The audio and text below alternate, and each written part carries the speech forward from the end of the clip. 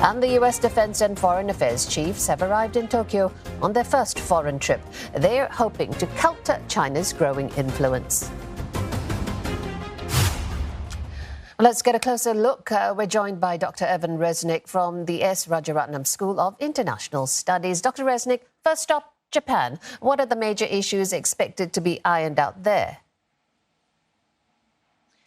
Presumably, the number one issue to be ironed out is coordinating allied policy towards China, which has been engaging in growing foreign policy belligerence in recent months, but has also been engaging in a lot of domestic repression in places like Hong Kong and Xinjiang province. So that's going to be probably the main pillar of conversation. But the allies also have lots of other things to talk about, not least of which is tackling the COVID pandemic, dealing with the vaccinations and coordinating travel, which is likely to be the next a major development in terms of restoring life to normalcy. But there are always interesting regional issues: climate change, easing hostilities between Japan and South Korea, the coup in Myanmar. So there's a lot on their plate. They certainly do have a lot on the agenda, Dr. Resnick. After Japan, they're going to head to South Korea. Well, getting the North back on the negotiating table, that's going to be high on the list of things to talk about as well, isn't it? It is, although this is the perennial problem. U.S. administrations since the early 1990s have tried to secure North Korea's nuclear disarmament, and they've all failed. Mr. Austin, Mr. Blinken, they both say it is important that they present a united front against China. How important is this message to get out? It's very important.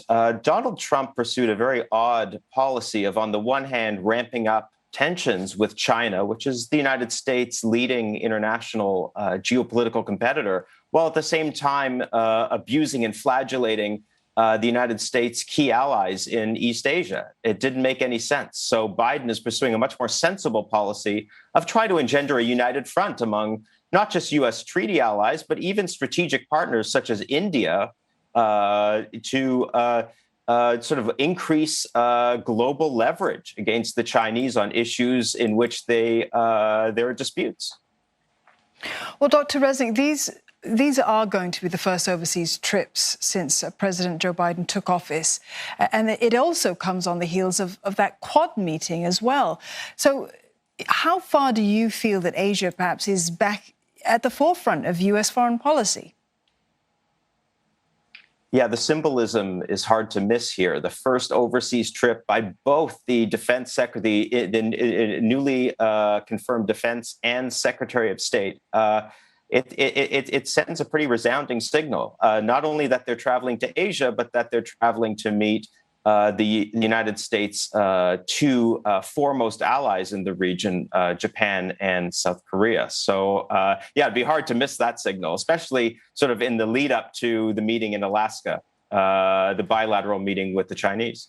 Yeah, exactly. My next question. What needs to come out of these meetings in Japan, in South Korea? Something that they can actually take to these meetings in Alaska next week? I would think so. I think that the United States has more leverage in getting its way on issues in dispute with the Chinese, ranging from the South China Sea to the East China Sea.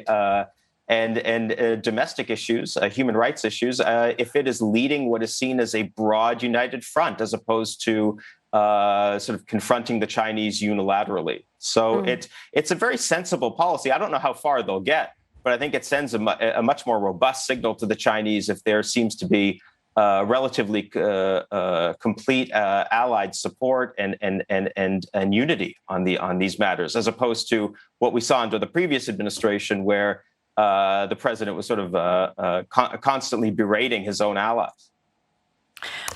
Dr. Resnick, thank you very much for sharing your perspectives with us this evening. Dr. Evan Resnick there from the S. Rajaratnam School of International Studies.